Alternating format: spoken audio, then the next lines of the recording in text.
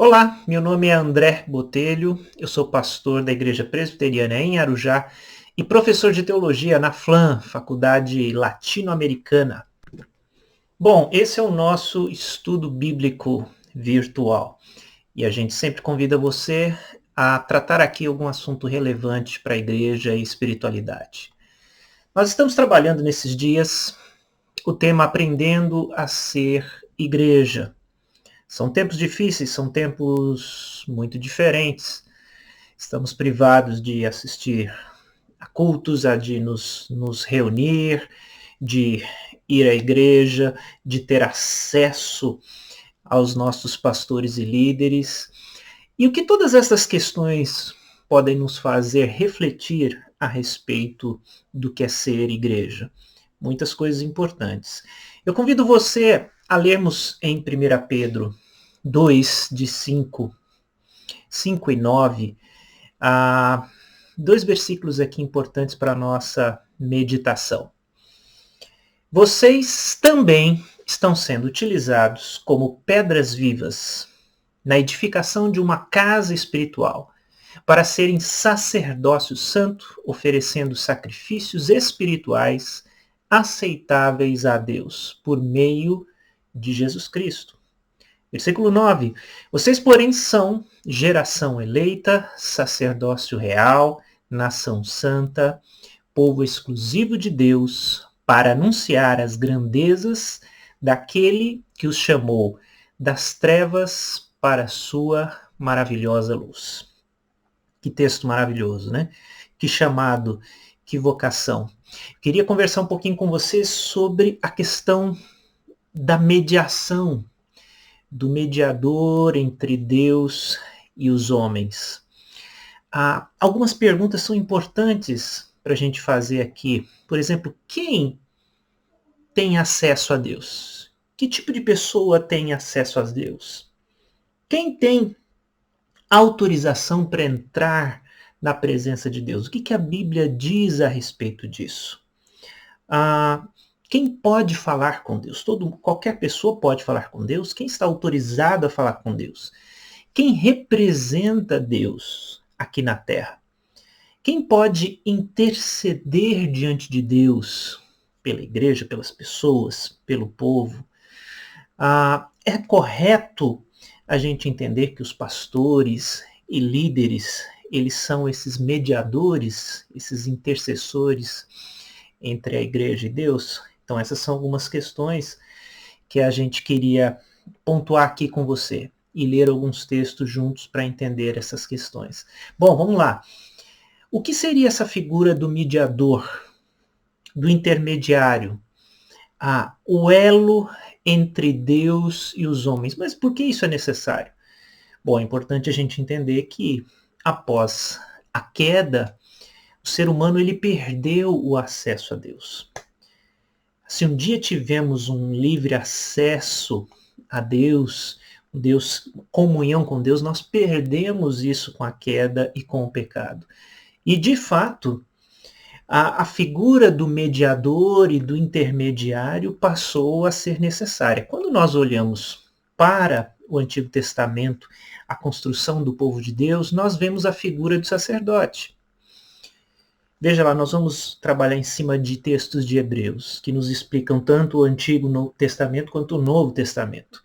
Hebreus diz: todo sumo sacerdote é escolhido dentre os homens e designado para representá-los em questões relacionadas com Deus e apresentar ofertas e sacrifícios pelos pecados. Então, o sacerdote é exatamente esse que intercedia pelo povo diante de Deus, apresentando ali as suas ofertas, os seus sacrifícios pelo seu pecado. Isso era necessária essa figura do sacerdote. Veja também Hebreus 9, 7. No entanto, e aqui nos é apresentado uma outra figura, o sumo sacerdote, não só o sacerdote, mas aquele sacerdote acima de todos os outros sacerdotes. No entanto, somente o sumo sacerdote entrava no Santo dos Santos, esse lugar santo onde os pecadores ali não podiam entrar, apenas uma vez por ano e nunca sem apresentar o sangue do sacrifício que ele oferecia por si mesmo e pelos pecados que o povo havia cometido por ignorância.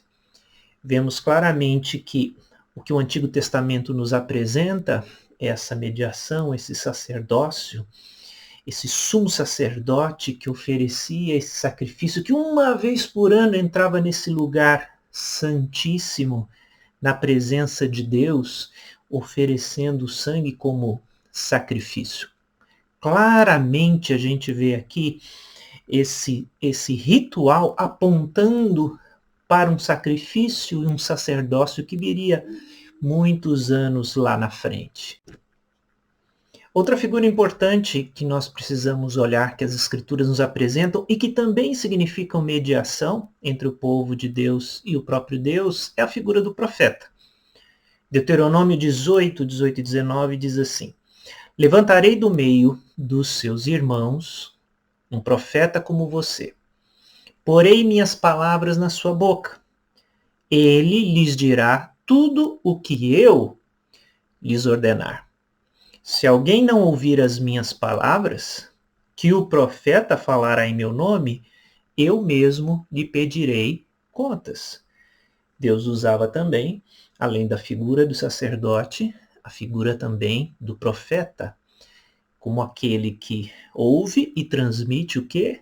A palavra de Deus. Então essas duas figuras são muito importantes no Antigo Testamento e elas estão apontando para alguma coisa que viria logo em seguida, no chamado plenitude dos tempos. O que é isso? A figura de Cristo. O verdadeiro mediador. Cristo, o único e definitivo mediador entre Deus e os homens. O apóstolo Paulo é quem vai nos dizer, lá em 1 Timóteo 2, 5 a 6, pois há um só mediador, um só Deus e um só mediador entre Deus e os homens, o qual se entregou a si mesmo como resgate por todos. Esse foi o testemunho dado em seu próprio tempo. Jesus Cristo é o único, suficiente mediador. Aquilo que a gente viu a respeito do sacerdote e também do profeta é cumprido na pessoa de Cristo, que entrega a si mesmo. Aliás, Jesus não é só o sacerdote, mas ele é também a própria oferta, o próprio sacrifício. E Hebreus vai nos dizer mais a respeito desse que é o último sacerdote. Hebreus 4:14. Portanto, visto que temos um grande o quê? Sumo sacerdote. Olha a figura aqui do sumo sacerdote, que adentrou os céus, aquele lugar, o Santo dos Santos, Jesus, o Filho de Deus. Apeguemo-nos com toda a firmeza à fé que professamos. Capítulo 7, versículo 26. É de um sumo sacerdote como esse que precisamos. Está sempre falando de Jesus. Santo, inculpável, puro, separado dos pecadores, exaltado acima dos céus.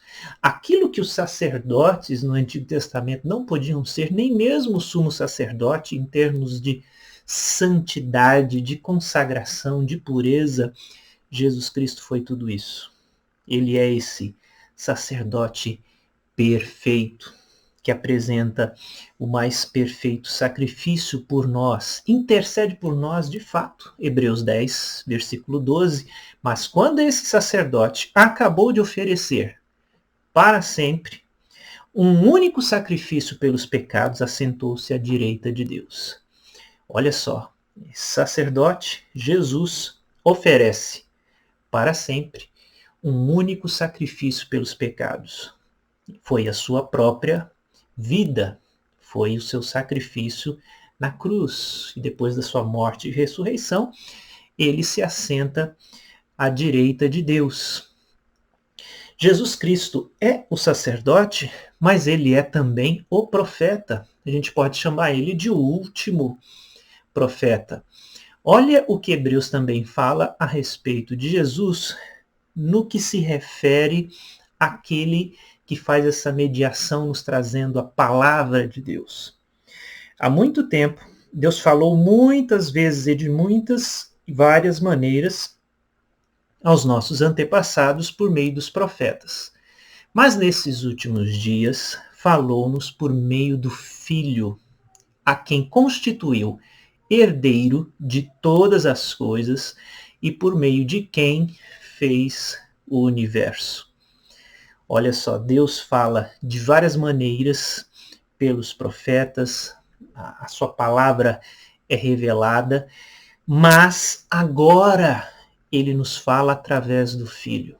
A palavra está concentrada no Filho. O verbo, a palavra, se fez carne e habitou entre nós. Jesus é a própria palavra. Jesus é esse profeta perfeito. Ele é a palavra e ele é quem transmite essa palavra sem nenhum tipo de ruído para nós. Jesus diz, João 5, 24, eu lhes asseguro, quem ouve a minha palavra e crê naquele que me enviou, tem a vida eterna e não será condenado, mas já passou da morte para a vida. Ele traz a palavra que traz vida, que traz salvação. Quem crê nesse profeta, nessa palavra, ele tem de fato a salvação. Então, veja como Jesus se torna único e suficiente mediador entre nós e Deus.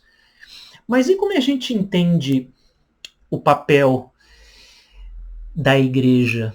Como que a igreja se torna ministério sacerdotal e profético também? Aí a gente volta àquele texto que nós lemos no início, a palavra de Pedro, versículo 5 e versículo 9 do capítulo 2.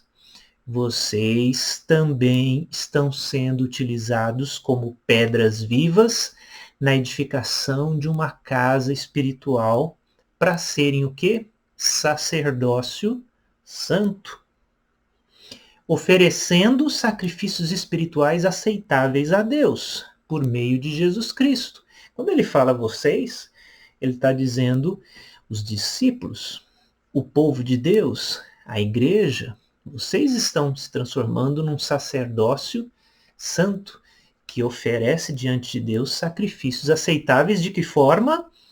Por meio de Jesus Cristo.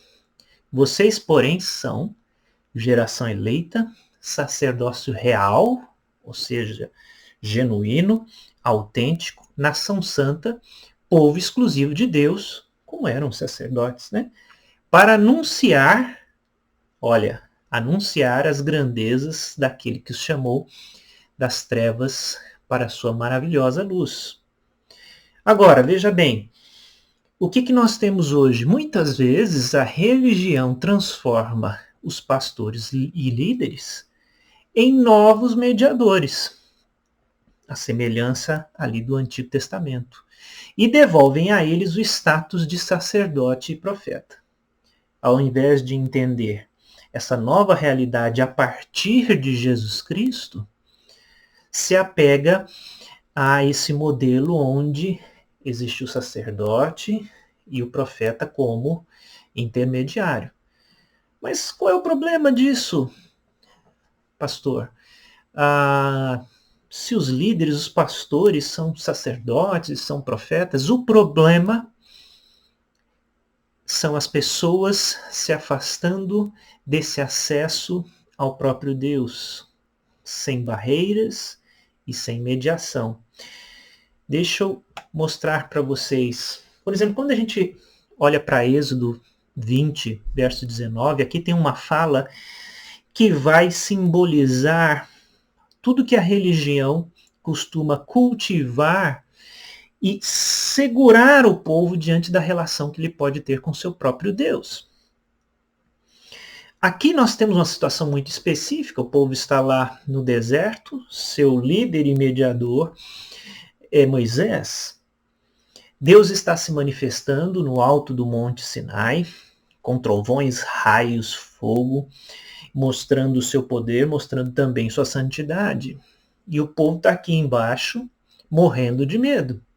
A fala do povo a Moisés é exatamente essa. Fala-nos tu e te ouviremos. Porém, não fale Deus conosco para que não morramos. Isso nos fala de um tempo bastante diferente daquele que vivemos hoje. Mas é muito interessante como esse anseio do povo reflete algo que a religião presencia hoje. As pessoas muitas vezes preferem a mediação de um líder do que ter acesso a esse Deus. Por medo, por ignorância, qual seria essa razão? Mas o fato é que Jesus Cristo nos dá acesso ao Santo dos Santos. Ele é o único mediador. Nós não precisamos mais dessa figura do Moisés que nos traga a palavra. O Espírito Santo nos leva até a presença de Deus. Mas a religião quer nos manter o quê? Afastados de Deus. E colocar intermediários, mediadores, sacerdotes entre nós e Deus.